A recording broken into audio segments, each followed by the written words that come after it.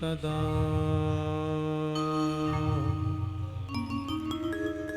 परिभवग्नमभीष्टदोहम्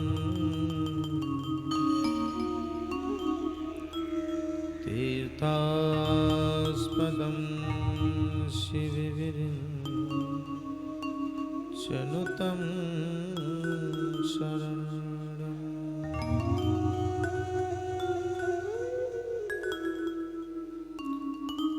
प्रत्यार्तिहं प्रणतपाल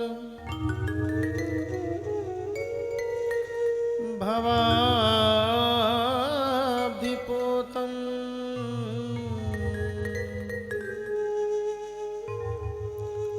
वन्दे महापुरुषते चरणारविन्दम्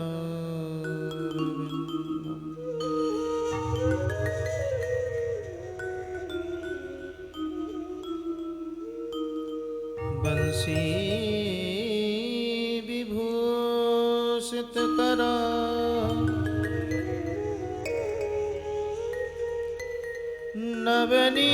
नवनीरदाभा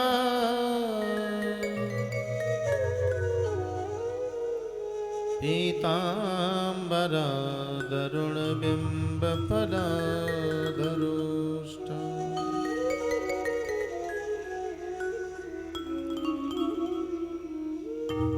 पूर्णेन्दु सुंदर मुखादरविंद नेत्रा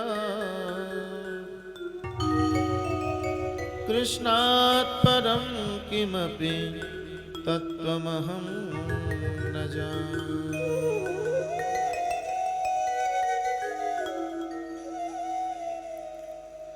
सीतानाथ समारंभा श्री रामानंदाय मध्यमा अस्मदाचार्य पर्यन्ता वन्दे गुरु परंपरा सच्चिदानंद रूपाय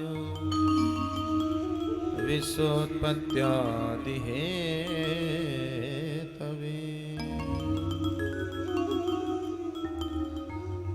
तापत्रय विनाशाय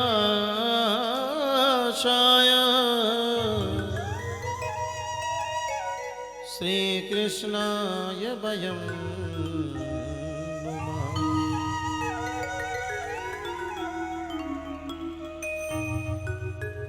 बर्हापीडं नटवरवपुः कर्णियो कर्णिकारं बिभ्रद्वासा कनककपिशं वैजयन्तीं च मालाम्।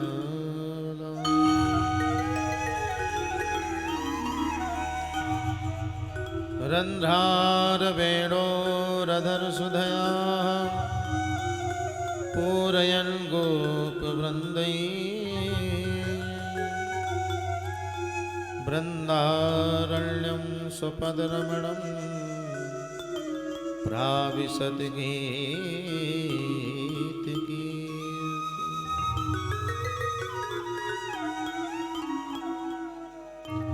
जय जय श्री राधारमण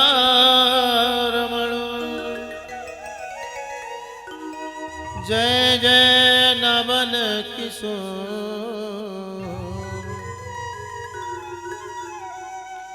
जय गोपी चित चोर प्रभु जय जय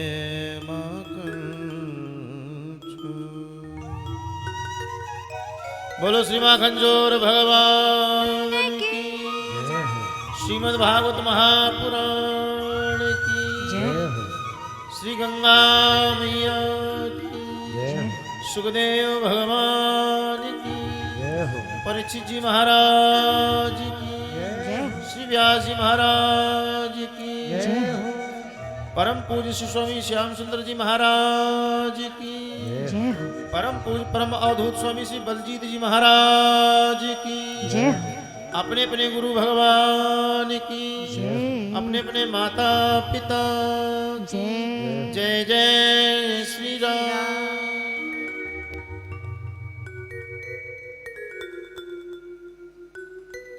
परम मांगल्य में अकारण करुणा वरुणालय भक्तवांछा कल्पतरु तड़िदित विनिंदित पीताम्बरधारी की वांग्मयी प्रतिमूर्ति श्रीमद् भागवत महापुराण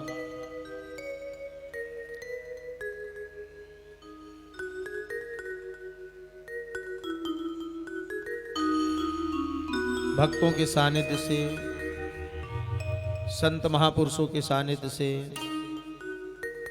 और पूज्य गुरुदेव भगवान की पूर्ण कृपा को प्राप्त करते हुए आज हमारी भागवती वार्ता का ये द्वितीय दिवस प्रारंभ हो रहा है। तो आए हुए समस्त श्रद्धालु भक्तों का व्यासपीठ से हार्दिक स्वागत एवं अभिनंदन। तो आइए उस महती ज्ञान गंगा का अवगाहन करें, उसका श्रवण करें। उसके पूर्व में हम सभी लोग 2 बार भगवत नाम संकीर्तन करते हैं ताकि मन और वाणी पवित्र हो, और तत्पश्चात भगवान की मंगलमय लीला कथा का गायन स्वर्ण लाभ हम सभी लोग प्राप्त करेंगे।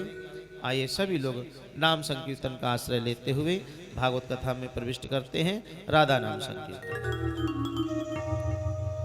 जय राधे राधे गोविंद गोविंद राधे राधे राधे गोविंद गोविंद राधे।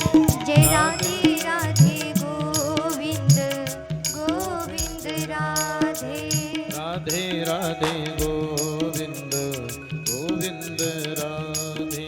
जय राधे राधे गोविंद हरि बोल। गोविंद राधे गोविंद राधे गोपाल राधे गोविंद राधे गोपाल राधे गोविंद राधे गोपाल राधे गोविंद राधे गोपाल राधे राधे राधे हरि गोविंद बोल। गोविंद राधे राधे राधे गोविंद गोविंद राधे गोविंद राधे गोपाल राधे गोविंद राधे गोपाल राधे गोविंद राधे राधे गोपाल राधे गोविंद राधे राधे गोपाल राधे राधे राधे गोविंद गोविंद राधे राधे राधे गोविंद गोविंद राधे राधे राधे गोविंद गोविंद राधे राधे राधे गोविंद गोविंद राधे।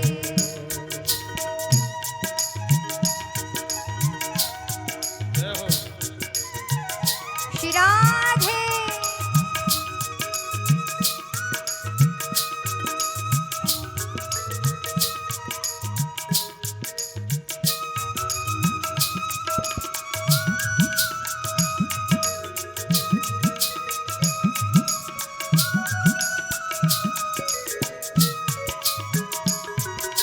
श्री राधे। हरि बोल।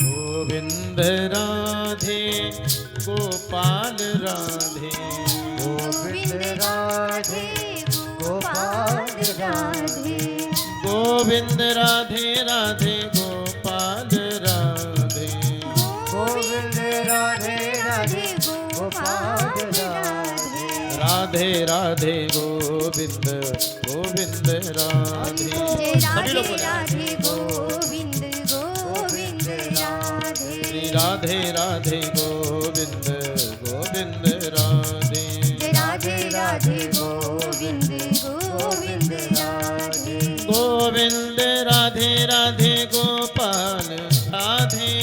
गोविंद राधे राधे गोपाल राधे। गोविंद राधे राधे गोपाल राधे। गोविंद राधे राधे गोपाल राधे। गोविंद राधे राधे गोपाल राधे। गोविंद राधे राधे गोपाल राधे। गोविंद राधे राधे गोपाल राधे। गोविंद राधे राधे गोपाल राधे। गोविंद राधे राधे गोपाल राधे। गोविंद राधे राधे गोपाल राधे। गोविंद राधे राधे गोपाल राधे। गोविंद राधे राधे गोपाल राधे। गोविंद राधे राधे गोपाल राधे। गोविंद राधे राधे गोपाल राधे। राधे राधे हरि गोविंद बोल। गोविंद श्री राधे। राधे राधे राधे गोविंद हरि बोल। गोविंद राधे। श्री राधे राधे गोविंद गोविंद राधे। राधे राधे गोविंद गोविंद राधे। गोविंद राधे राधे गोपाल राधे। गोविंद राधे राधे गोपाल राधे। गोविंद राधे राधे गोपाल राधे। गोविंद राधे राधे गोपाल राधे। गोविंद राधे राधे गोपाल राधे। गोविंद राधे राधे गोपाल राधे। गोविंद राधे राधे गोपाल राधे। गोविंद राधे राधे गोपाल राधे। गोविंद राधे राधे गोपाल राधे। गोविंद राधे राधे गोपाल राधे। गोविंद राधे राधे गोपाल राधे। गोविंद राधे राधे गोपाल राधे। गोविंद राधे राधे गोपाल राधे। गोविंद राधे राधे गोपाल राधे। गोविंद राधे राधे गोपाल राधे। गोविंद राधे राधे गोपाल राधे। राधे राधे गोविंद गोविंद राधे। राधे राधे गोविंद गोविंद राधे। राधे राधे गोविंद गोविंद राधे। जय राधे राधे गोविंद गोविंद राधे। गोविंद राधे गोपाल राधे। गोविंद राधे गोपाल राधे। गोविंद राधे गोपाल राधे। गोविंद राधे गोपाल राधे। गोविंद राधे गोपाल राधे। गोविंद राधे गोपाल राधे। गोविंद राधे गोपाल राधे। गोविंद राधे गोपाल राधे। गोविंद राधे गोपाल राधे। गोविंद राधे गोपाल राधे। गोविंद राधे गोपाल राधे। गोविंद राधे गोपाल राधे। गोविंद राधे गोपाल राधे। गोविंद राधे गोपाल राधे। गोविंद राधे गोपाल राधे। राधे राधे गोविंद गोविंद राधे। राधे राधे गोविंद गोविंद राधे। राधे राधे गोविंद गोविंद राधे। राधे राधे गोविंद गोविंद राधे। राधे राधे गोविंद गोविंद राधे। राधे राधे गोविंद गोविंद राधे। राधे राधे गोविंद गोविंद राधे। जय राधे राधे गोविंद गोविंद राधे। राधे राधे गोविंद गोविंद बोलो गोविंद भगवान की नारायण। कल हमारी लीला कथा का प्रथम दिवस था। तो जैसी हमारी गुरु परंपरा गुरु परंपरा के अनुसार कल 6 अध्यायों की लीला कथा सुनी महात्म्य की। अब आइए हम लोग भागवत जी के प्रथम स्कंद के प्रथम अध्याय का प्रथम श्लोक श्रवण करते हैं, जिसमें हमारे व्यास जी ने बड़ा सुंदर मंगलाचरण किया है और बड़ा ही सार्वभौम मंगलाचरण है। आइए हम लोग भी श्रवण करते हैं। जन्माद्यस्य तोऽन्वयादितरतस् चार्थे स्वभिज्ञा स्वराट् तेने ब्रह्महृदाय आदिकवये मुह्यन्ति यत्सूरया। और तेजो वारिमृदां यथा विनिमयो यत्र त्रिसर्गो मृषा धाम्ना स्वेन सदा निरस्तकुहकं सत्यं परम धीमहि। आहा, देखिए हमारी भागवत का जो प्रारंभ हुआ है वो सत्य से हुआ है। क्या कहा? सत्यम परम धीमहि। मंगलाचरण व्यास जी ने किया, लेकिन इस मंगलाचरण में न किसी देवी का नाम है न किसी देवता का नाम है ना। वंदना किसकी है? प्रार्थना किसकी है? सत्यम परम धीमहि, सत्य की वंदना है। और देखिए हमारी भागवत जी का प्रारंभ सत्य से हुआ है।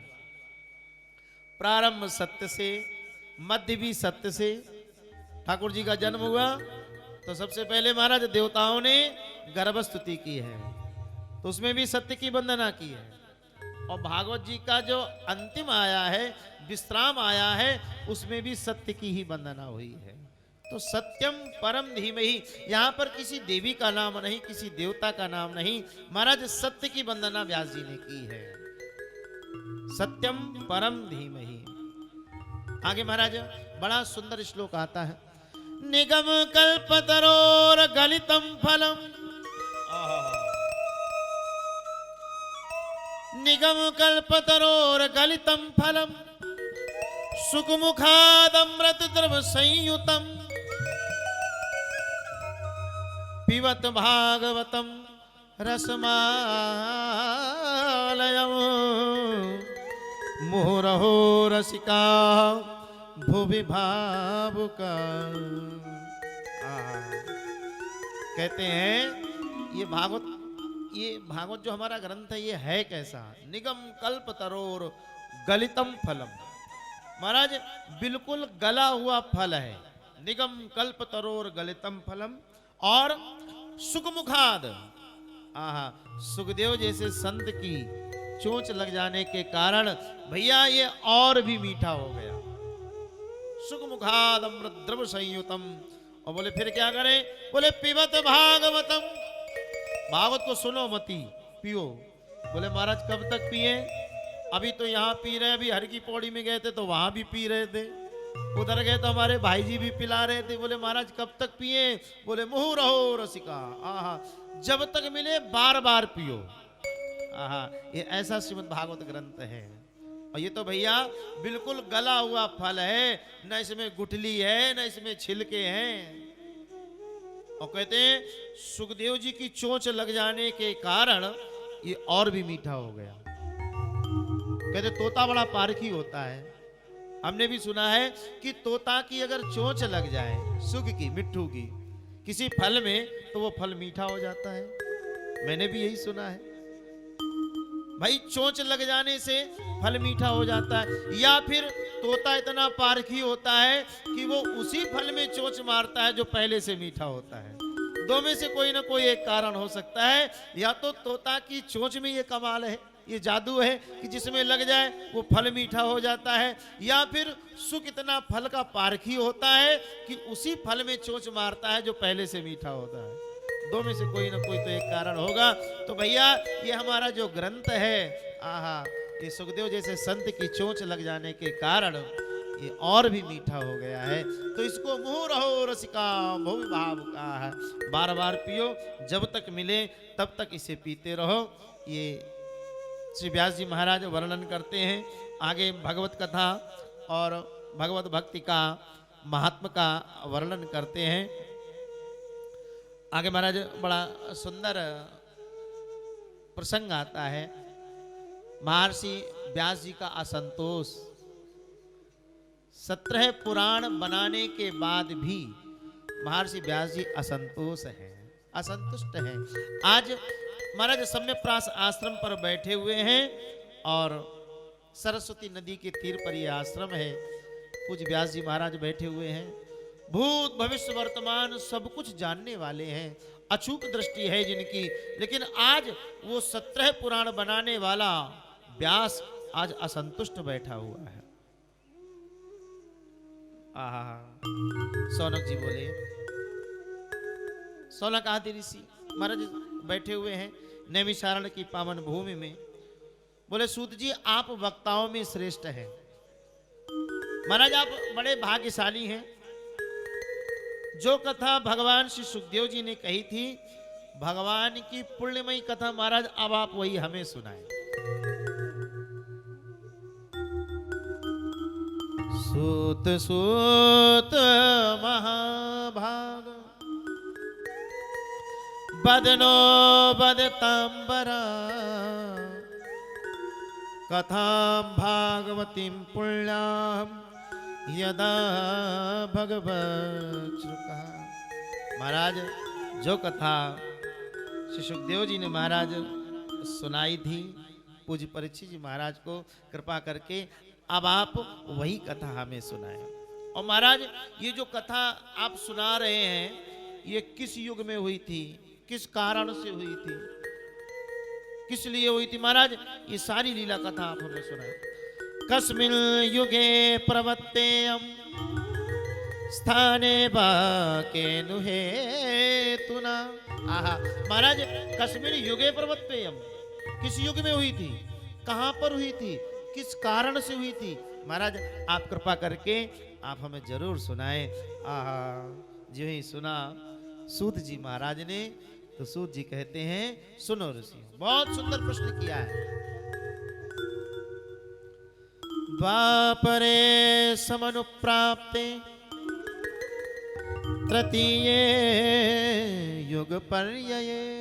कहते हैं इस वर्तमान की चतुर्युगी के तीसरे युग द्वापर में महर्षि पराशर के द्वारा वसु कन्या सत्यवती के गर्भ से महाराज व्यास जी का जन्म हुआ। और ये भगवान के कलावतार थे। योगीराज व्यास जी महाराज भगवान के कलावतार थे, भगवान के ही अंश स्वरूप थे। 17 पुराणों की रचना कर दी पूज्य व्यास जी महाराज ने। महाभारत जैसे सदग्रंथ की रचना कर दी। महाभारत 1 लाख श्लोक है, सबसे बड़ा ग्रंथ कहा गया महाभारत। महाराज महाभारत जैसे सदग्रंथ की रचना कर दी, पर भैया व्यास जी को अभी शांति नहीं मिली है। व्यास जी को अभी शांति नहीं है ना। इतने में देवर्षि नारद जी का आगमन हुआ। नारद जी ने देखा व्यास जी बड़े असंतुष्ट बैठे हुए हैं। और नारद जी महाराज का तो क्या काम है, जैसे व्यास जी महाराज के पास आए अपना नारायण नाम संकीर्तन शुरू कर दिया। श्रीमन नारायण नारायण। आइए हम लोग भी कीर्तन करते हैं नारद बाबा के साथ में। कलयुग केवल नाम आधारा, कलयुग में कोई पूजा मत करो, भगवान का नामस्मरण करते रहो। यही सबसे बड़ी पूजा हो जाएगी। श्रीमन नारायण नारायण नारायण श्रीमन नारायण लक्ष्मी नारायण नारायण नारायण लक्ष्मी नारायण नारायण नारायण श्रीमन नारायण नारायण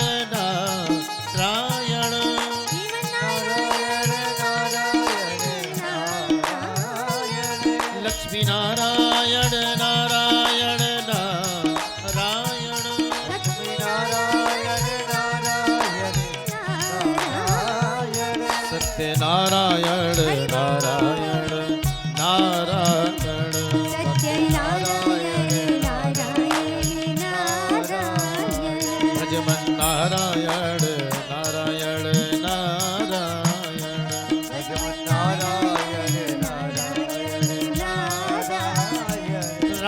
नारायण नारायण नारायण राम नारायण नारायण नारायण श्रीमन्नारायण नारायण नारायण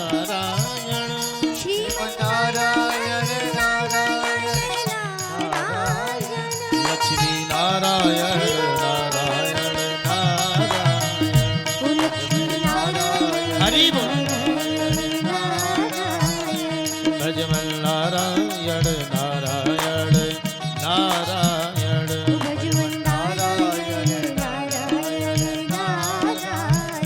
श्रीमन्नारायण भजमन नारायण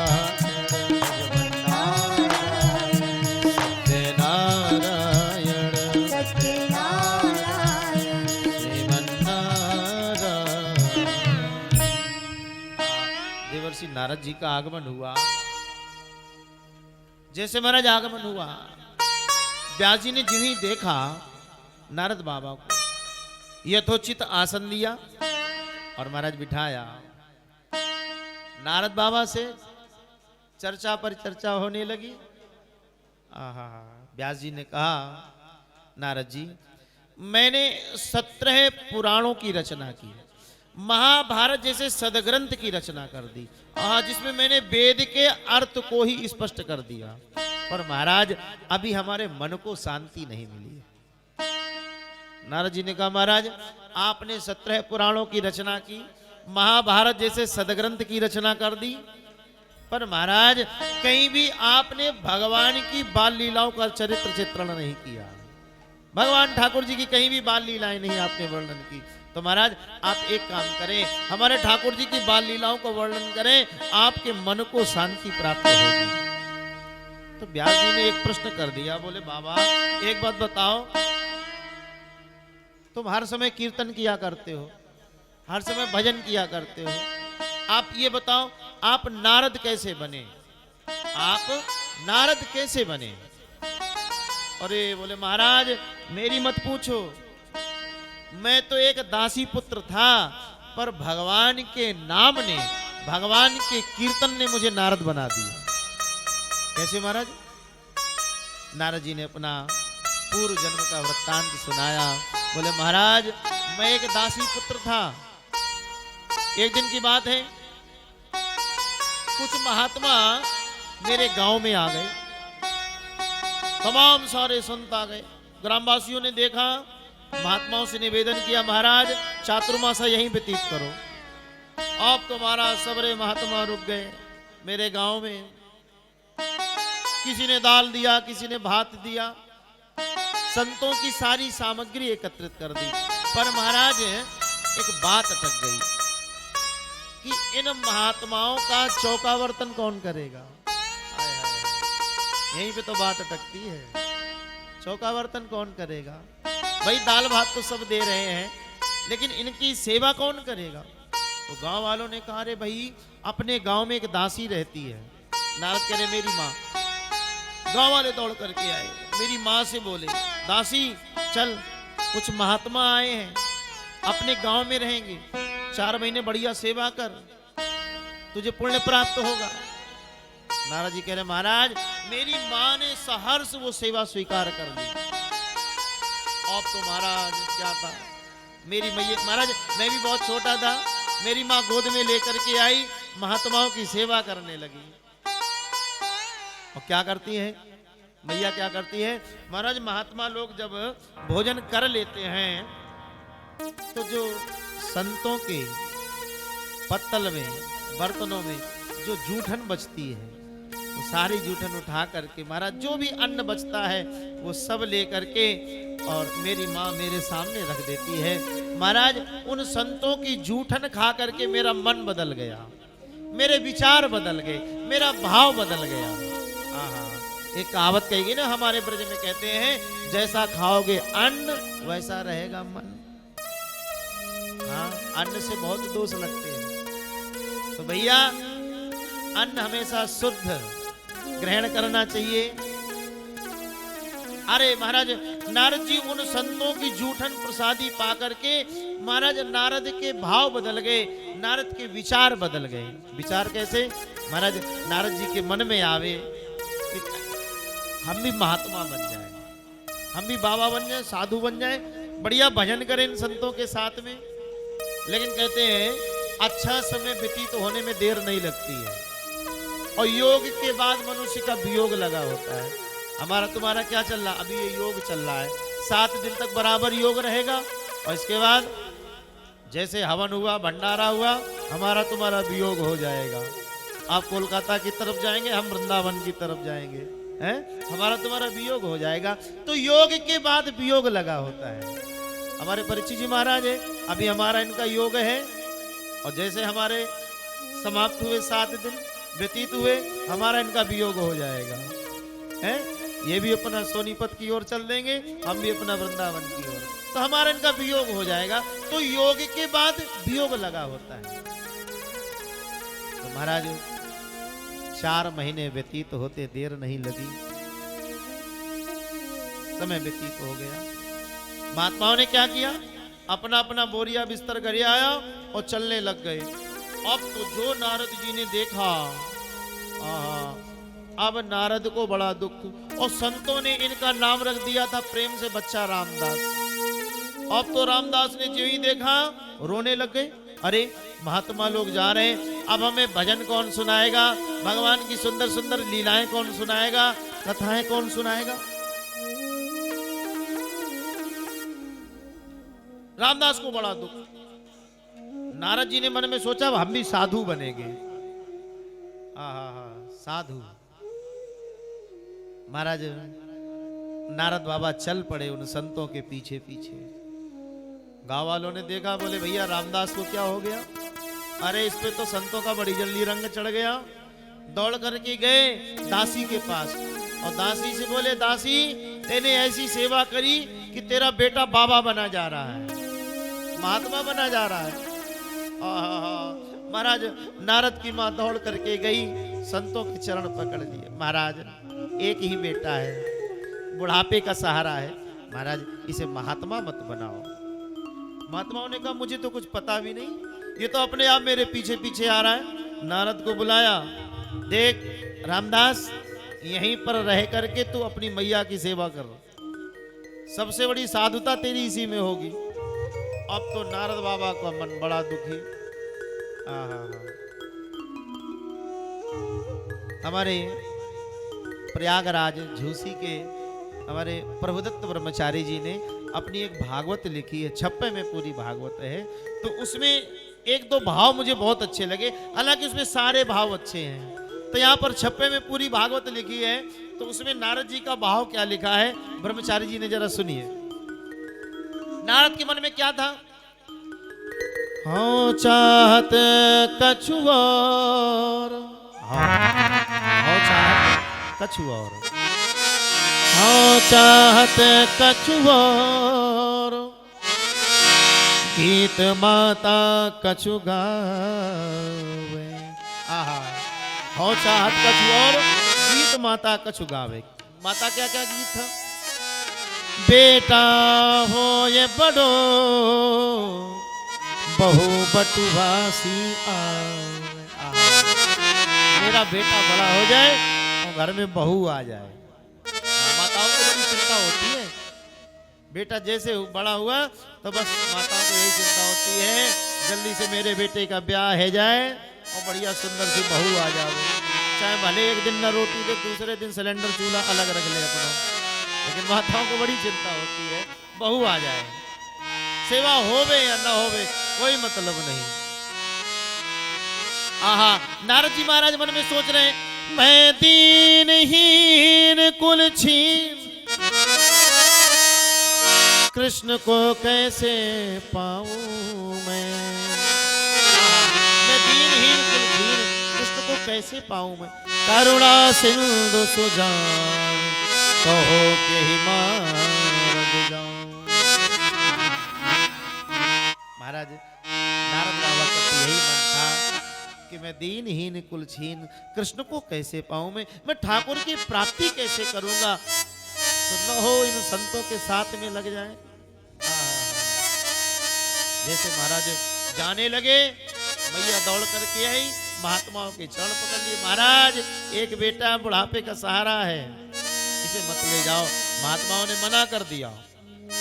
नारद बाबा को बड़ा क्रोध, अरे राम राम, ये मैया मुझे साधु बनने से रोक रही है, नहीं ये मेरी मां नहीं हो सकती।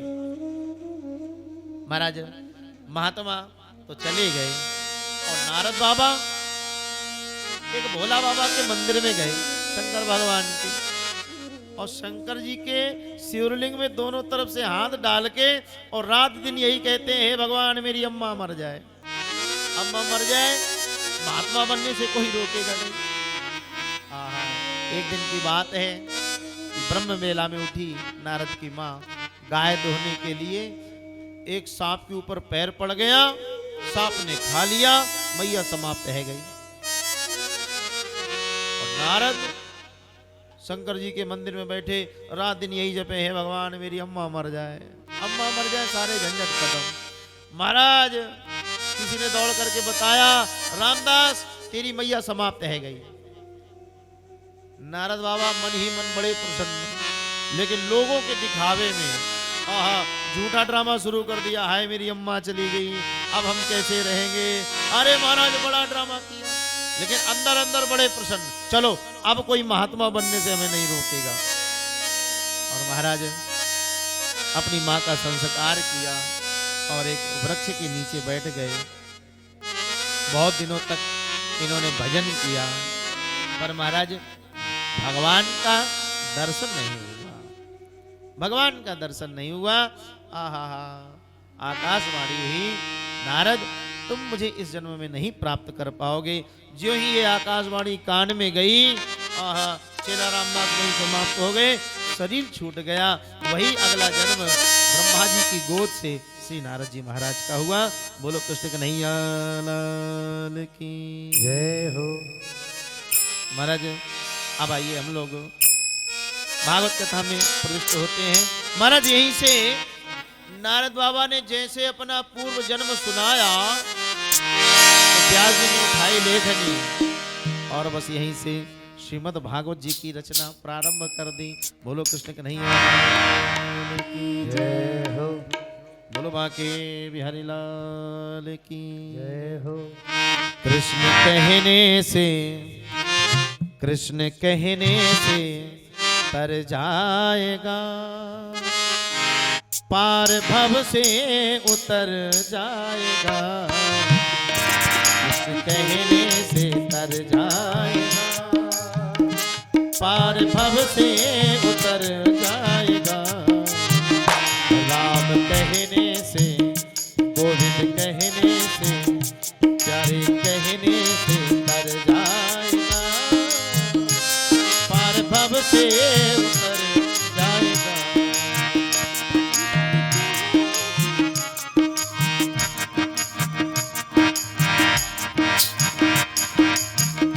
हरि बोल।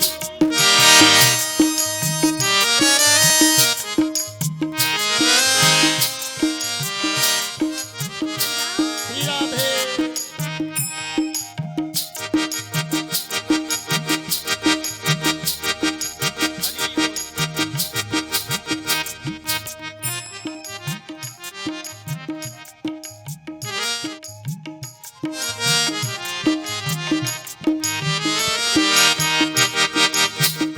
होगी घर घर में चर्चा तेरी, होगी घर घर में चर्चा तेरी, होगी घर होगी घर घर में चर्चा तेरी।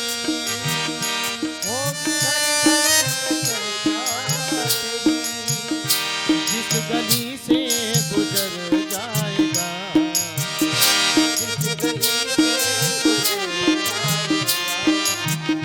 जिस गली से गुजर जाएगा,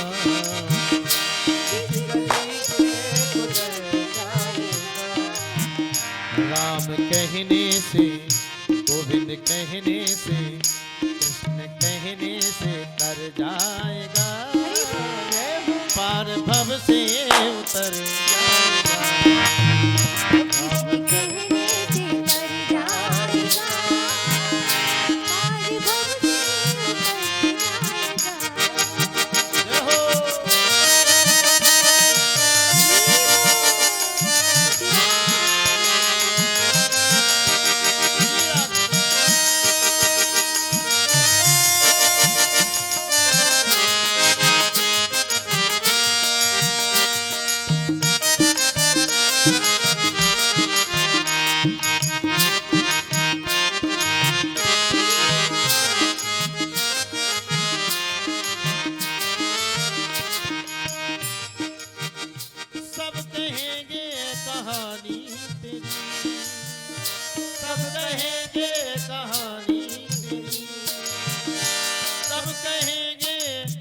कहानी तेरी, सब कहेंगे कहानी तेरी। काम ऐसा जो कर जाएगा, काम ऐसा जो कर जाएगा। कृष्ण कहने से, माधव कहने से, राम कहने से तर जाएगा, पार भव से उतर जाएगा। कृष्ण कहने से तर जाएगा, पार भव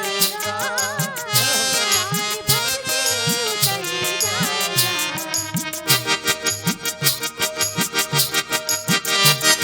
हरि बोल।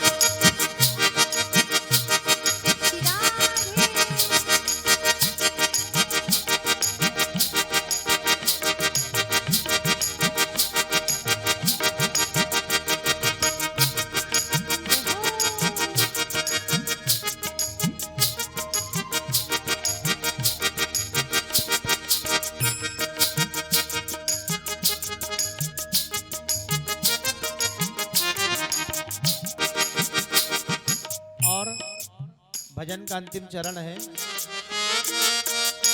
उसके आगे तू झोली फैला, उसके आगे तू झोली फैला, उसके आगे तू झोली फैला, उसके आगे तू झोली फैला, उसके आगे, उसके आगे, उसके आगे तू झोली फैला, उसके आगे तू झोली फैला। ताता झोली को भर जाएगा, ताता झोली को भर जाएगा। कृष्ण कहने से और राधे कहने से, राधे गोविंद कहने से तर जाएगा, पार भव से उतर जाएगा। ओ कृष्ण कहने से तर जाएगा, पार भव से उतर जाएगा। राम कहने से तर जाएगा, पार भव से उतर जाएगा। हो राम कहने से तर जाएगा,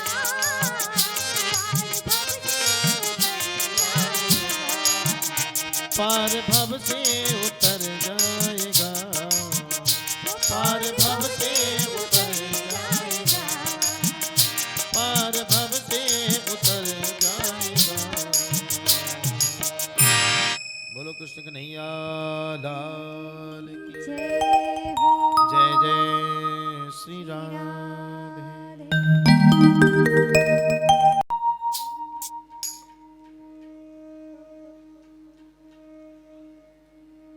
अब आइए हम सभी लोग महाभारत के उपक्रम की लीला कथा सुनते हैं। बहुत ही सुंदर सी लीला कथा है। क्यों, जब तक महाभारत का उपक्रम हम लोग नहीं सुनेंगे तब तक परीक्षित जी का जन्म नहीं होगा, और जब तक परीक्षित जी का जन्म नहीं होगा तो सुखदेव जी का आगमन नहीं होगा, और जब सुखदेव जी का आगमन नहीं होगा तो हम लोग भागवत कथा कैसे सुन पाएंगे। तो आइए हम सभी लोग बहुत ही सुंदर सी लीला कथा सुनते हैं।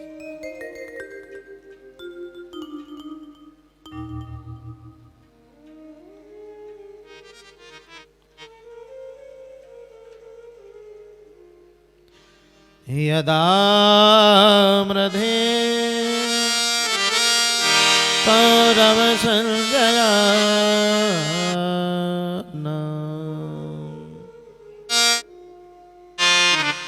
वीरे स्वथो वीर गत्यो गतेषु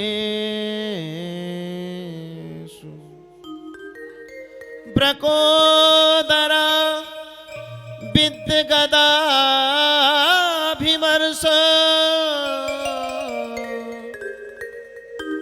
भगनोर्दण्डे धृतराष्ट्रपुत्रे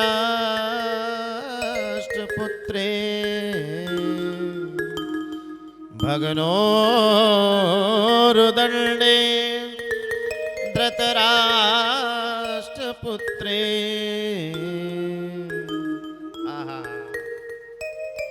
बात उस समय की है, महाभारत का युद्ध चल रहा था। तमाम सारे वीर वीर गति को प्राप्त हो चुके थे। और तो और महाराज भीम की वरदानी गदा से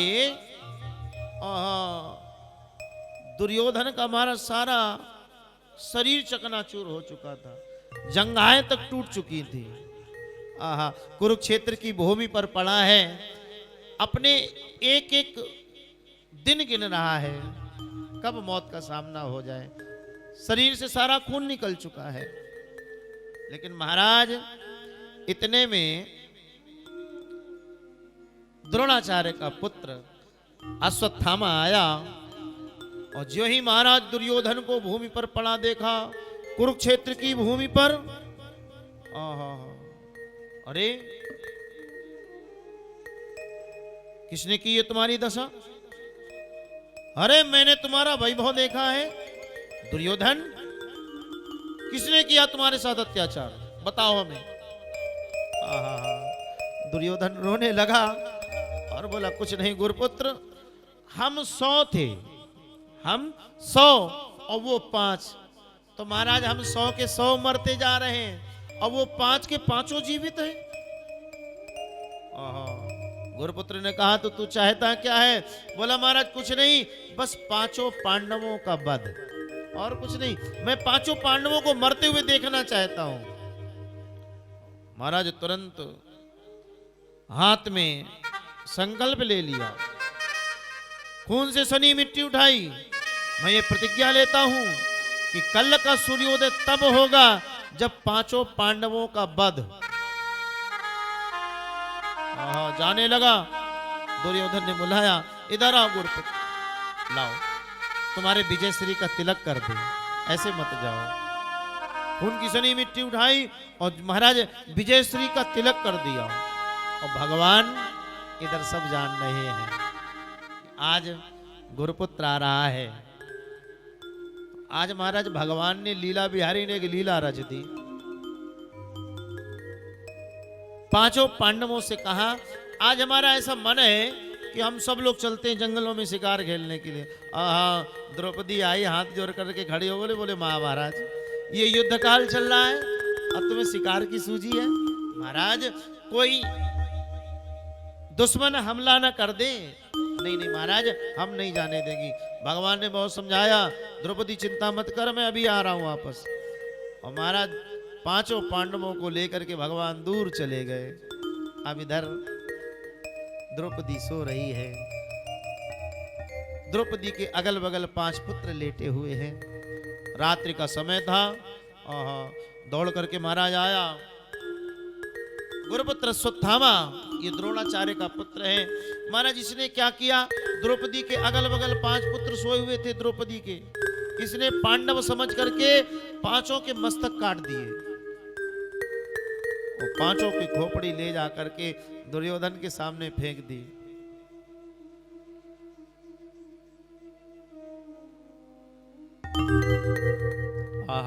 महाराज 5 खोपड़ी काट करके और जो ही दुर्योधन के सामने फेंकी, दुर्योधन ने जो ही देखा 5 मस्तक, अब खिलखिला करके हंसा। अब बोला, लाओ लाओ वो भीम की खोपड़ी लाओ, जिसने मेरी ये दशा की है।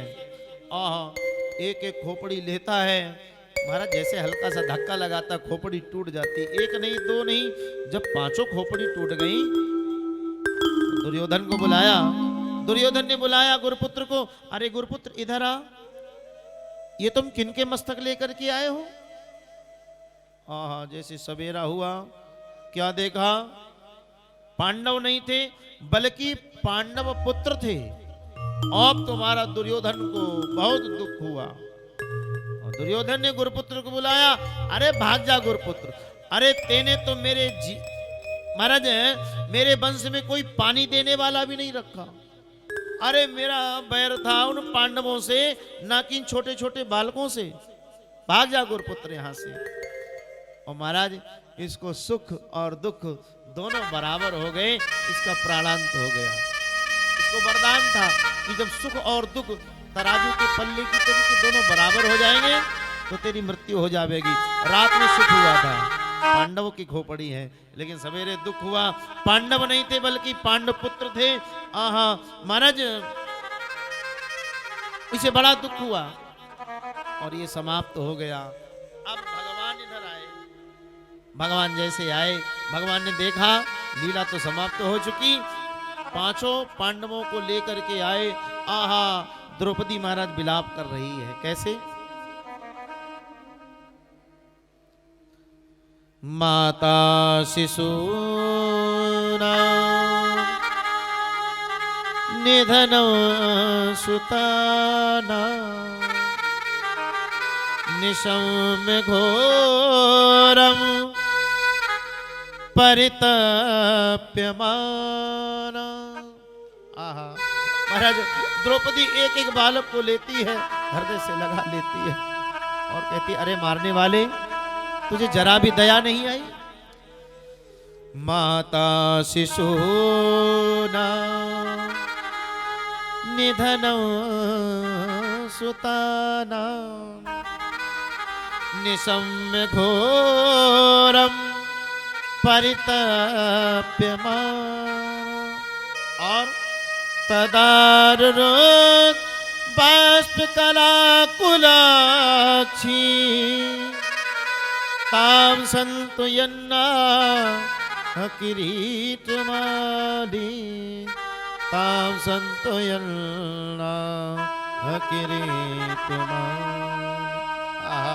द्रौपदी रुदन कर रही है और कह रही, अरे मारने वाले तुझे जरा भी दया नहीं आई? महाराज बहुत रुदन कर रही है। भगवान ने देखा, द्रौपदी को समझाया, पर आज द्रौपदी के आंसू नहीं बंद हैं। और द्रौपदी कहती, अरे भैया आपको तो सब कुछ पता था, फिर भी आप हमारे पांचों पतियों को ले गए। भीम ने जो ही देखा, आहा भीम अपनी गदा की ओर देख रहे हैं और गदा से कह रहे हैं, अरे गदा तू मेरे कंधे पर भार बन के बैठी रही, तू किसी काम नहीं आई। अर्जुन अपने गांडीव की ओर देख रहे, अरे गांडीव तू मेरे कंधे पर भार बना पड़ा रहा, आज तू किसी काम नहीं आया। मेरे 5 पुत्रों की मृत्यु हो गई। अब तो महाराज बड़ा शोक व्यक्त कर रहे पांडव भगवान के पास आए।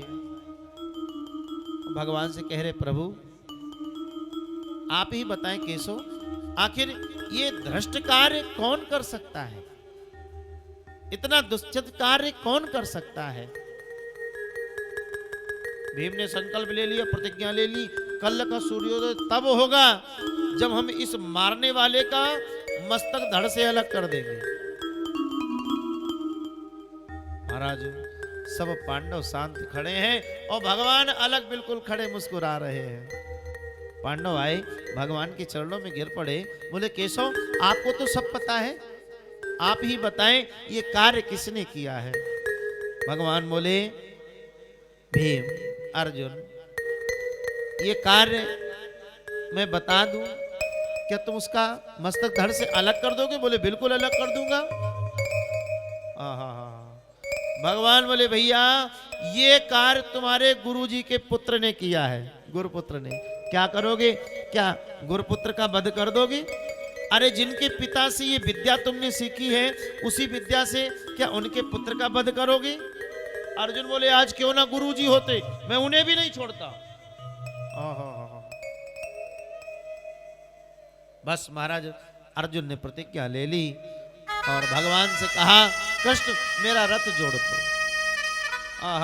महाराज रथ जोड़ दिया गया और इधर गुरुपुत्र समझ गया मैंने कार्य गंदा किया है। महाराज भागा चला जा रहा है।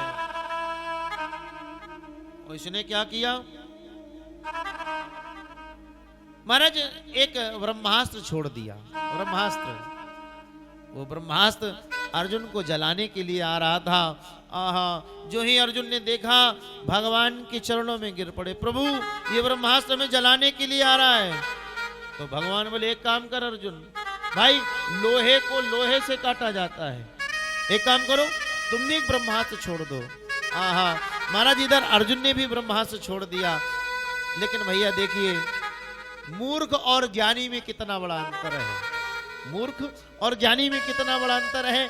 आहा, महाराज अर्जुन ने संकल्प लिया, ऐ ब्रह्मास्त्र, तुम जाते ही जाते पहले हमारे गुरुपुत्र की रक्षा करना, फिर मेरी रक्षा करना, फिर इस समस्त संसार की रक्षा करना। और महाराज इसने क्या संकल्प किया, ऐ ब्रह्मास्त्र, तुम जाते ही जाते पहले अर्जुन को समाप्त करना, फिर समस्त संसार को जला करके भस्म कर देना। आहा, जैसे दोनों ब्रह्मास्त्र चले, आपस में लड़ गए, शांत हो गए।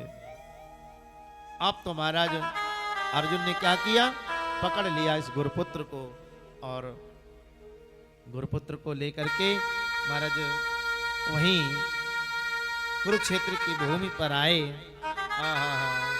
जो ही कुरुक्षेत्र की भूमि पर आए, जो ही देखा, महाराज इसको रथ के पीछे बांध लिया। कैसे बांधा है,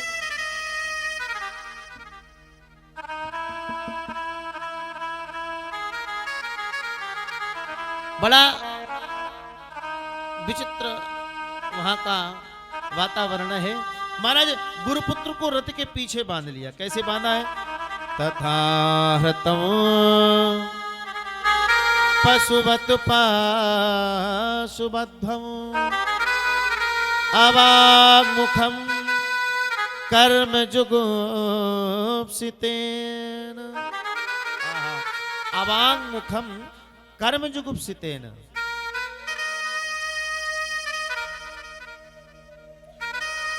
तथा हृतम पशुवत पाशुबद्धम। तथा हृतम पशुवत पाशुबद्धम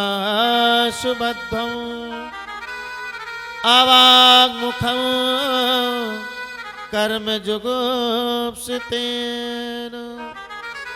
निरीक्ष कृष्णापकृतं गुरो सुतं वाम स्वभावा कृपया ननाम च।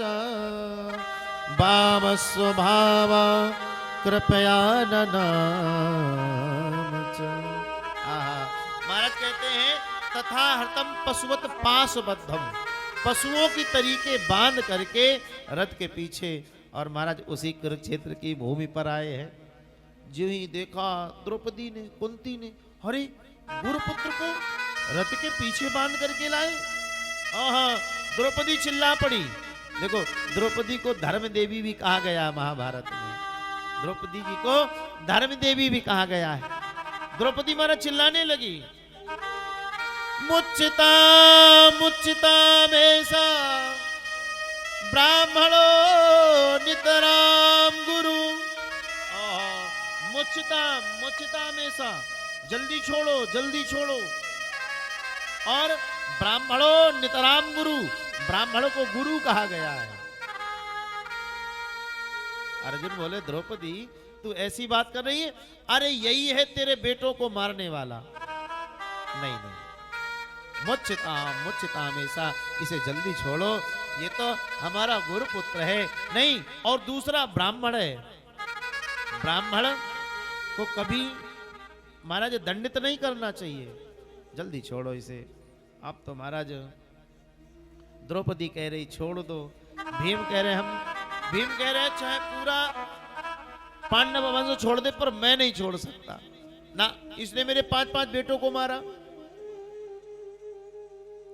अब कृष्ण ने सोचा मैं क्या करूं, तो कृष्ण महाराज अर्जुन ने सोचा मैं क्या करूं, तो भगवान कृष्ण के चरणों में गिर पड़े।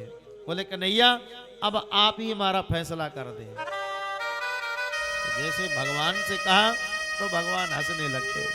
बोले भैया, जब आप लोगों के कुछ समझ में नहीं आता है तो फैसला हम पे छोड़ देते हो, तो अगर हमसे फैसला करवाना है तो सुनो मेरा फैसला क्या है। अब सुनिए जरा भगवान का फैसला क्या है। एक श्लोक में भगवान ने फैसला कर दिया, क्या?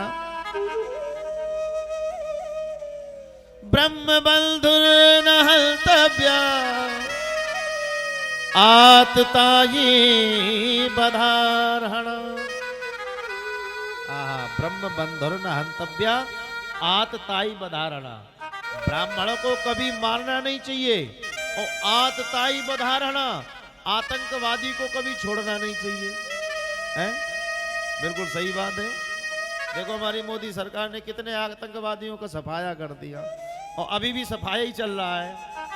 क्यों भाई? आतंकवादी का कोई धर्म नहीं होता है, उसका कोई मजहब नहीं होता है, उसे किसी को प्रेम नहीं होता है। उसे तो बस यही सिखाया जाता है, जितनी बन सके अधिक से अधिक लाशें गिरा दो। एक यही धर्म होता है उसका, कोई अपना नहीं, उसका कोई पराया नहीं। तो महाराज भगवान ने फैसला कर दिया, ब्रह्म बंधुर न हंतव्या आतताई बधारणा।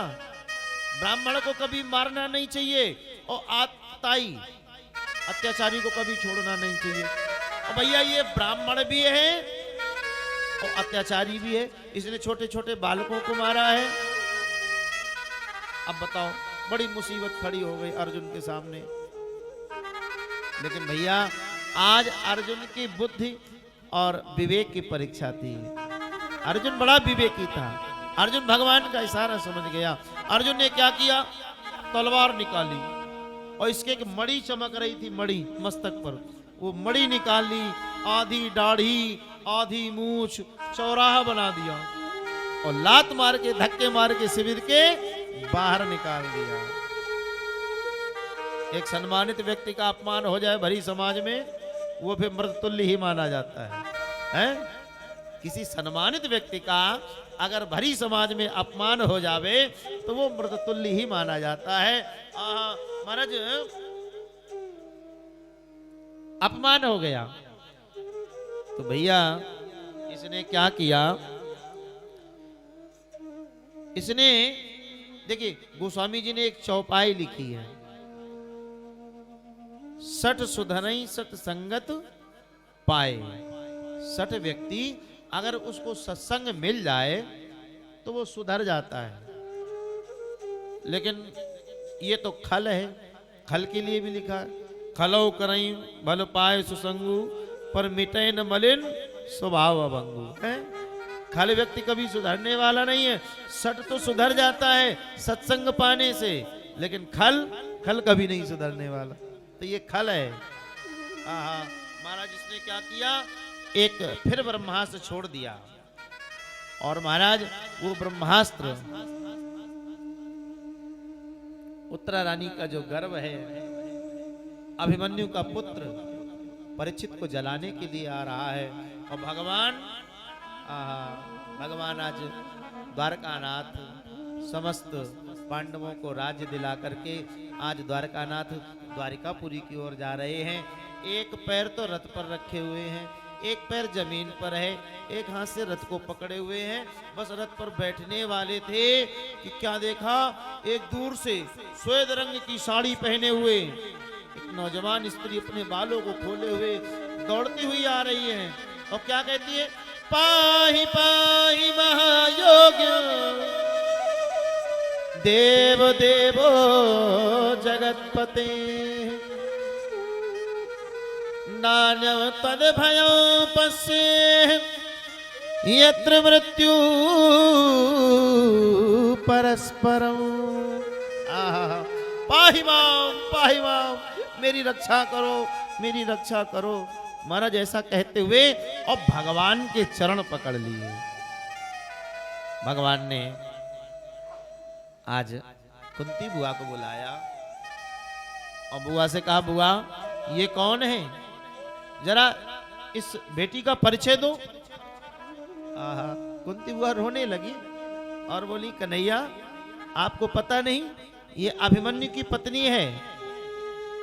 इसके पति चक्रव्यूह की लड़ाई में मारे जा चुके हैं, वैधव्य जीवन व्यतीत कर रही है। भगवान ने देखा उत्तरा को, उत्तरा कह रही, महाराज ये सामने से जो ब्रह्मास्त्र आ रहा है हमारे गर्भ को जला देगा। अंतिम ये धरोहर है पांडव वंश की। महाराज अगर ये समाप्त हो गया तो पांडव वंश नष्ट हो जाएगा, दीपक बंद हो जाएगा, अस्त हो जाएगा। महाराज आप हमारी रक्षा करें। तो भगवान ने यहां पर जानते हो क्या किया? अंगुष्ठ मात्र भबलो स्फुरत पुरत मौलिनी।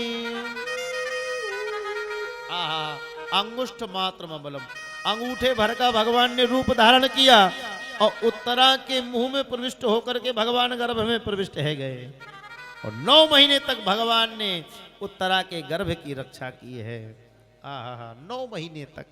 इधर आज भगवान अब सोच रहे हैं कि अब हम भी अपनी द्वारिकापुरी में पहुंचे, तो भगवान ने आज बुआ को बुलाया और बुआ से कहा, बुआ अब हम जा रहे हैं। तो कुंती बुआ बोली, लाला आज हम तुम्हारी स्तुति करना चाहती हैं। भगवान बोले, बुआ ये क्या हो गया तुम्हें, हमारी स्तुति? अरे हम आपके भतीजे हैं, आप हमारी बुआ हैं। कुंती बुआ बोली, लाला ये बुआ भतीजे का खूब दिन नाटक चल गया, अब ये खेल चलने वाला नहीं, मैं पहचान गई हूं तुम साक्षात भगवान हो। भगवान हो? भगवान बोले, बुआ कैसी बात करती हो? अरे मैं वसुदेव का पुत्र हूँ, देवकी का पुत्र हूँ। कुंती बुआ बोली, ना ना ना प्रभु, बहुत दिन हो गया ये खेल, अब मैं आपको पहचान गई हूँ, आप साक्षात भगवान है। और यहाँ पर आज कुंती बुआ ने बड़ा सुंदर भगवान का महाराज स्तमन किया है, भगवान की स्तुति की है। कुंती कहती है, नमस्ते पुरुषं त्वाद्य ईश्वरं प्रकृते परं अलक्ष्यं सर्वभूतानां अंतर्बहिर्वस्थितम्। कुंती कह रही है, कन्हैया आप समस्त जीवों के बाहर भीतर एक रस स्थित रहते हैं, फिर भी इंद्रियों और वृत्तियों से देखे नहीं जाते, क्योंकि आप प्रकृति से परे आदि पुरुष परमेश्वर हैं। तो मैं आपको नमस्कार करती हूँ।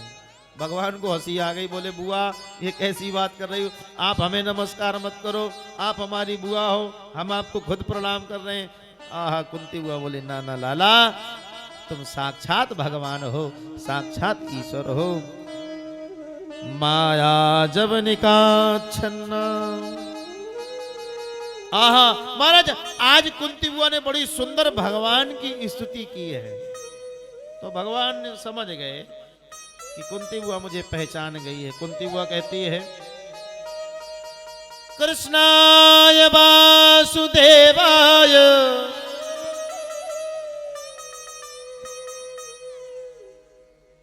कृष्णाय वासुदेवाय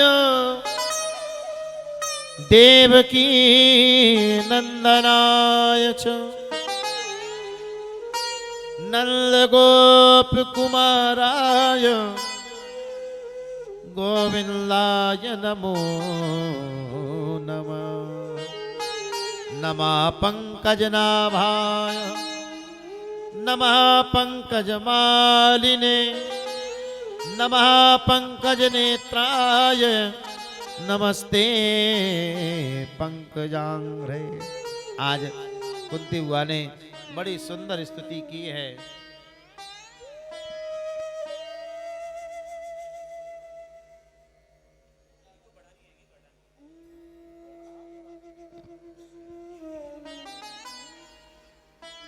बोलो कृष्ण कन्हैया लाल की जय हो, बोलो बांके बिहारी लाल की जय हो। महाराज बड़ी सुंदर स्तुति की, और जैसे स्तुति की है तो भगवान बोले, बुआ अब तो आप हमें जान ही गई हैं, हम भगवान हैं, तो फिर एक काम करो बुआ जी, आप हमसे कोई वरदान मांग लो। अब हम भगवान हैं तो भगवान से तो लोग वरदान मांगते हैं। बुआ एक काम करो, अब हमसे कोई वरदान मांगो।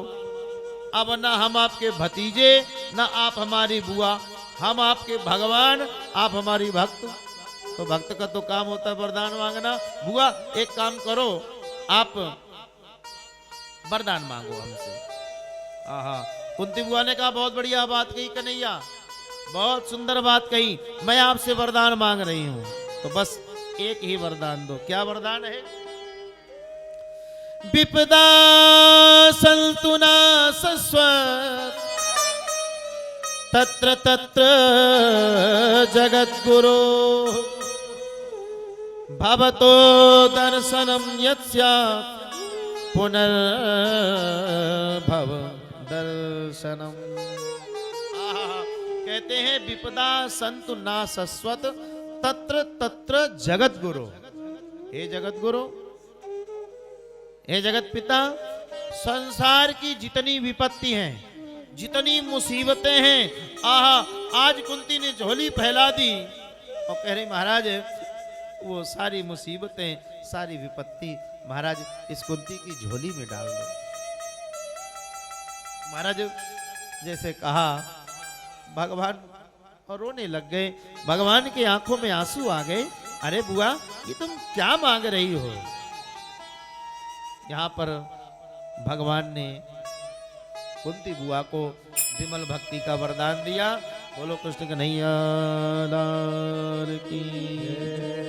आज युधिष्ठिर जी का भीष्म जी के पास जाना और भगवान श्री कृष्ण की स्तुति करते हुए भीष्म जी का प्राण त्याग करना बड़ी सुंदर महाराज भीष्म जी ने स्तुति की है। हितमति रूप कल्पिता तृष्णा भगवत सात्वत पुंगवे विभूमि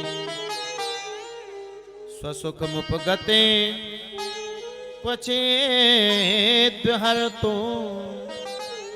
प्रकृति मुपेयसु यद भव प्रवाह। त्रिभुवन कमलम तमाल वर्णम रविकर गौरवराम्बरम दधाने। यहाँ पर बड़ी सुंदर भीष्म जी ने स्तुति की है और भगवान का दर्शन लाभ प्राप्त करते हुए भीष्म जी ने भी महाराज आज प्राण त्याग किया है। बोलो वृंदावन बिहारी लाल की। आगे भगवान द्वारकानाथ आज द्वारकापुरी में पहुंचे हैं। जैसे द्वारकापुरी में पहुंचे, द्वारका वासियों ने आज बहुत दिन बाद भगवान को देखा और भगवान का भव्य स्वागत हुआ। बड़ा सुंदर राजोचित स्वागत किया। और महाराज इधर अब परीक्षित जी का जन्म होना, आज वही समय आया। धीरे धीरे महाराज परीक्षित जी का जैसे जन्म हुआ,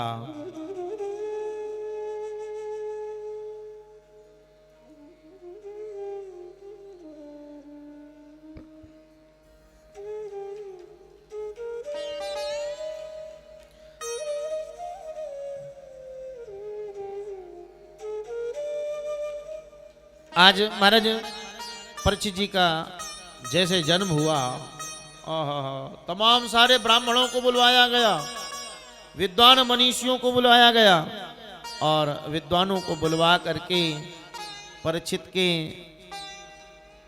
जन्म के समय समस्त ब्राह्मण लोग भविष्यवाणी कर रहे हैं। पर महाराज परीक्षित जी का रोना नहीं बंद है। परीक्षित जी का रोना बंद नहीं है। भीम की गोद में आते थोड़ी देर तो देखते रहते हैं और फिर रोने लगते हैं। अर्जुन की गोद में आए, थोड़ी देर अर्जुन को देखा, फिर रोने लग गए। बड़ी समस्या खड़ी हो गई। ये हुआ भाई, बालक रोना नहीं बंद कर रहा है। तो भगवान द्वारकानाथ को द्वारकापुरी से बुलवाया गया। जो ही द्वारकापुरी से बुलवाया गया, भगवान की गोद में आते ही परीक्षित जी महाराज खिलखिला करके हंस पड़े। ये हंसे। अब तो ब्राह्मणों ने परीक्षित जी के जन्म के समय बड़ी सुंदर सुंदर भविष्यवाणी की है। ब्राह्मण लोग कहते हैं भैया, ये जो बालक पैदा हुआ है, इसके भविष्य की भविष्यवाणी में कर रहा हूं। हे सदाता शरण्यश्च यथा औसी नराशिभिः यशो वितिनिता स्वाना दौशन्त्यो रिवयज्वमा। आहा, कह रहे हैं एष दाता शरणश्च यथा औशीनरा शिवी, ये उसीनर देश के राजा शिवी की तरीके दानी होगा, महादानी। आप लोगों ने राजा शिवी का नाम सुना है? महादानी राजा शिवी की तरीके दानी होगा, राजा राम की तरीके मर्यादा पालक होगा, समस्त संत और ब्राह्मण भक्त होगा। महाराज बड़ी बड़ी भविष्यवाणी कर रहे हैं। फिर महाराज एक स्वर में समस्त ब्राह्मणों ने बड़ी खराब बात कह दी। क्या? तक्षकादात्मनो मृत्यु। आहा, तक्षकादात्मनो मृत्यु, तक्षकादात्मनो मृत्यु दुजपुत्रोपसर्जिता।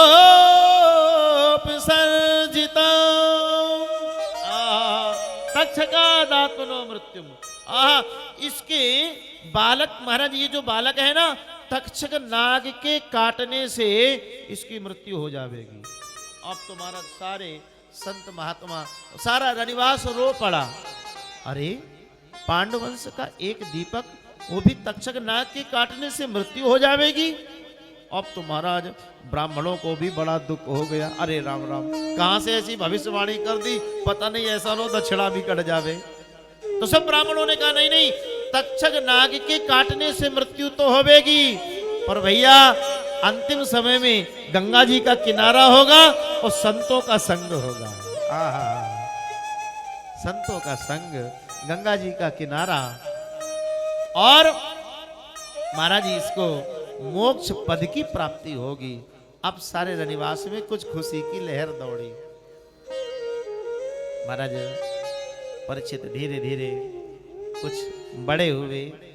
जब बड़े हुए, एक दिन इधर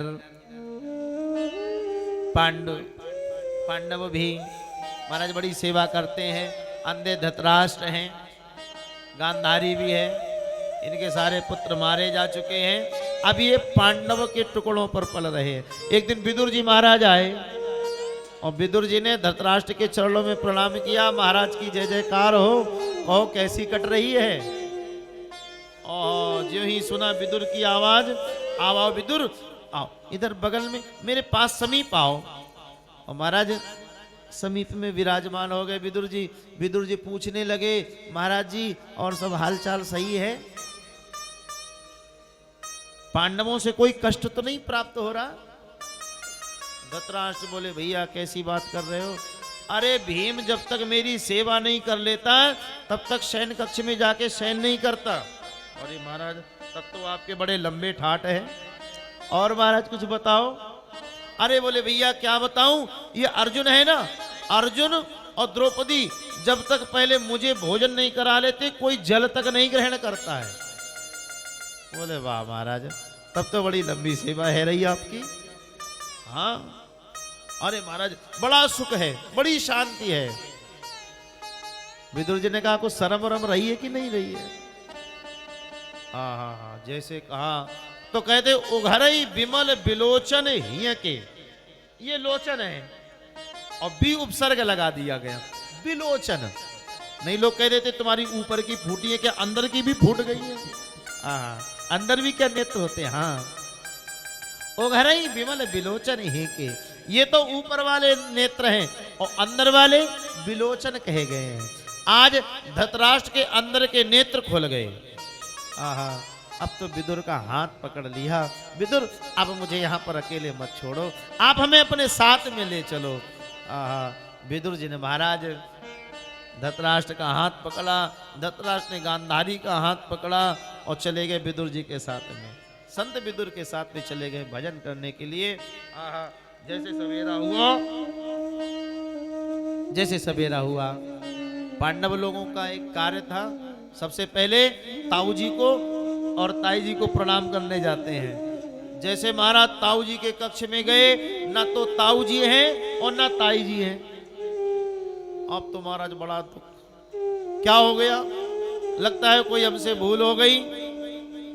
महाराज दौड़ करके आए, आपस में मंत्रणा करने लगे, कोई भूल हो गई? पता चला नहीं नहीं भाई, उन्होंने तो विदुर जैसे संत का संग ग्रहण कर लिया है, अब तो वो विदुर जी के साथ में चले गए। इधर महाराज पांडव ने सोचा अब क्या करें। इधर अपशकुन देखकर महाराज युधिष्ठिर का शंका करना, अर्जुन का द्वारिकापुरी से लौटना, कृष्ण विरह विधित पांडवों ने क्या किया? महाराज जब सुना भगवान कृष्ण ने द्वारिका को महाराज समुद्र में विलीन कर दिया, जब पांडवों ने सुना कि हमारे कृष्ण अब इस धराधाम पर नहीं है, तो उन्होंने सोचा अब हमारा रहना भी व्यर्थ है। महाराज परीक्षित को बुलाया और परीक्षित को राज दे करके महाराज परीक्षित को राज दिया और समस्त पांडव हिमालय की तलहटी में गए और महाराज सबने स्वर्गारोहण किया। बोलो कृष्ण के नहीं लाल की जय हो। हाँ, परीक्षित महाराज बहुत छोटे हैं, इनको राजा बना दिया गया। इनका ब्याह इरावती के साथ में हुआ। इनके एक पुत्र हुआ जिसका नाम था जन्मेजय। परीक्षित जी महाराज समस्त पृथ्वी के क्षत्र सम्राट हैं। एक दिन परीक्षित जी ने सोचा कि लाओ आज हम भी अपना कोष निरीक्षण करें, देखें हमारे बाबा परबाबा हमें क्या छोड़ करके गए हैं। आज परीक्षित जी ने मंत्रियों को बुलाया और मंत्रियों से कहा, मंत्रियों एक काम करो, आज हमें कोष निरीक्षण करना है, दर्शन करेंगे अपने कोष का, देखें हमारे बाबा परबाबा हमें क्या छोड़ करके गए हैं। महाराज मंत्रियों ने सोने चांदी के भंडार खोल दिए, तमाम सारा धन, अपार महाराज धन संपत्ति। परीक्षित ने सामने देखा एक बॉक्स रखा हुआ था और उस बक्से पर लिखा हुआ था बड़े बड़े शब्दों में, इसे खोलना मत। परीक्षित जी ने कहा एक काम करो मंत्रियों, इस बक्से को बाहर लाओ। मंत्रियों ने मना कर दिया, नहीं नहीं महाराज, इस बक्से पर लिखा हुआ इसे खोलना मत। पर नहीं, परीक्षित नहीं माने, नहीं इस बक्से को खोलो, इधर लाओ। बक्से को खोल दिया गया। आहा, जैसे बक्से को खोला गया उसमें एक सोने का चमचमाता हुआ मुकुट रखा हुआ था, सोने का मुकुट, और उस मुकुट पर भी लिखा था बड़े बड़े शब्दों में, इसे पहनना मत। राजा परीक्षित ने कहा आज हम ये मुकुट पहनेंगे। देखो 3 हट बहुत बड़े हट कहे गए हैं, राजहट, बालहट और त्रियाहट है। राजहट आपको याद है 8 नवंबर नोटबंदी, सभी लोगों को याद होगा है? 12 बजे रात से 500 के 1000 के नोट रद्दी में तब्दील किए जा रहे हैं। अरे भैया बड़े बड़े सेठ महाजन बैंकों में लाइन लगा करके खड़े हो गए, इतनी इतनी गड्डियां लेकर के हैं। ये क्या था? राजहट। मोदी जी के हट दिन नहीं चलने देंगे ये नोट, नहीं रहेंगे ये नोट, दूसरे नोट आएंगे। ये क्या था? राजहट। और बालहट, बालक भी अगर आवे साथ में और गंगा मैया के किनारे कहीं गुब्बारे वाले या खिलौने वाले मिल जाए तो भले पिताजी की जेब में पैसे न रहे पर बालक खिलौना लेके रहता है? ये बालहट हो गए। और त्रियाहट, हमारी माताओं की भी हट बहुत बड़ी हट है। माताएं अगर हट में आ जाए, नहीं अब तो हम बनारसी साड़ी लेके रहेंगे, तो फिर तो भैया लेना पड़ता है? राजहट, बालहट, त्रियाहट, ये बहुत बड़े हट कहे गए। तो आज राजहट है। राजा परीक्षित, जय जय, राजा परीक्षित को महाराज आज हट है, नहीं हम महाराज हम ये मुकुट पहनेंगे। और आज वही मुकुट जैसे पहना, आहा महाराज आज परीक्षित जी की बुद्धि में परिवर्तन आ गया, सोचने समझने की जो क्षमता है वो परिवर्तित हो गई, बदल गई। आज परीक्षित के मन में आया कि अब हम जाएंगे जंगल में शिकार खेलेंगे जाकर के। हाँ, जंगल में शिकार। जीवन में कभी परीक्षित ने शिकार नहीं खेला, कभी मूक प्राणियों को नहीं सताया। आज परीक्षित महाराज परीक्षित वही मुकुट पहन करके और जंगलों में गया।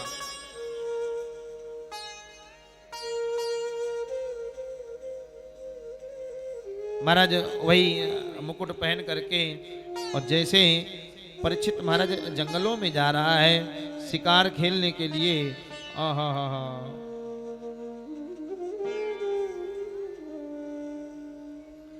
एकदा धनुरुद्यम्य विचरण मृगयाम बने। एकदा धनुरुद्यम्य, एकदा शब्द आया है। जीवन में पहली बार परीक्षित ने कभी शिकार नहीं किया है, कभी मूक प्राणियों को नहीं सताया।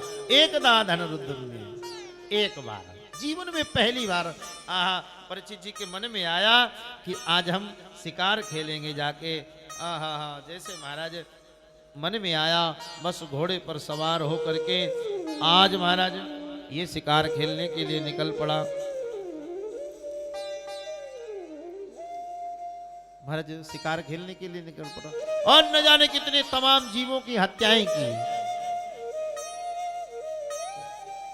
आगे महाराज जैसे चला तो क्या देखा, एक गाय और बैल दोनों खड़े हैं और दोनों आपस में बातें कर रहे हैं। और एक काला काला पुरुष खड़ा है, हाथ में बढ़िया मोटा सा डंडा लिए है और महाराज बैल के 3 चरण तोड़ चुका है, एक पैर के बल खड़ा है। और इधर गाय भी महाराज कप रही है, कंपन कर रही है, बार बार गाय के भी लात की ठोकर मारता है तो गाय मलमूत्र त्याग कर रही है। गाय और बैल दोनों आपस में बातें कर रहे हैं।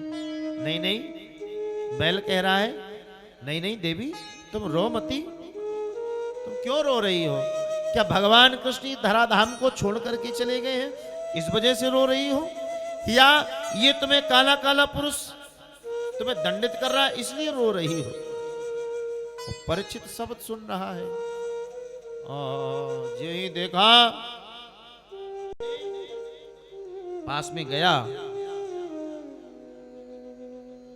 पूछने लगा तुम कौन हो? ये बैल ये कौन है? आप लोग अपना परिचय दें। और ये काला काला पुरुष, अरे ये कौन है जो हमारे इस राज्य में गाय और बैल को मार रहा है? बाण निकाल लिया, तरकस से धनुष पर चढ़ा लिया। जल्दी अपना परिचय बता, नहीं तो अभी मेरा कराल बाण तेरे सीने को भी दे देगा। महाराज वो काला काला पुरुष चरणों में आकर के गिर पड़ा, बोला महाराज हमारा नाम है कलयुग, 4,32,000 वर्ष मेरी आयु है। परीक्षित जी बोले तो तू यहाँ कहां से आ गया? अरे ये मेरे बाबा पर बाबा की कर्म भूमि है, भगवान कृष्ण की भूमि है, यहां पर तू कैसे आया? भाग यहां से। कलयुग बोला महाराज अब हम कहां जाएं? आप पूरी पृथ्वी के क्षत्र सम्राट हैं, जहां जाते हैं हमें आपका दर्शन होता है।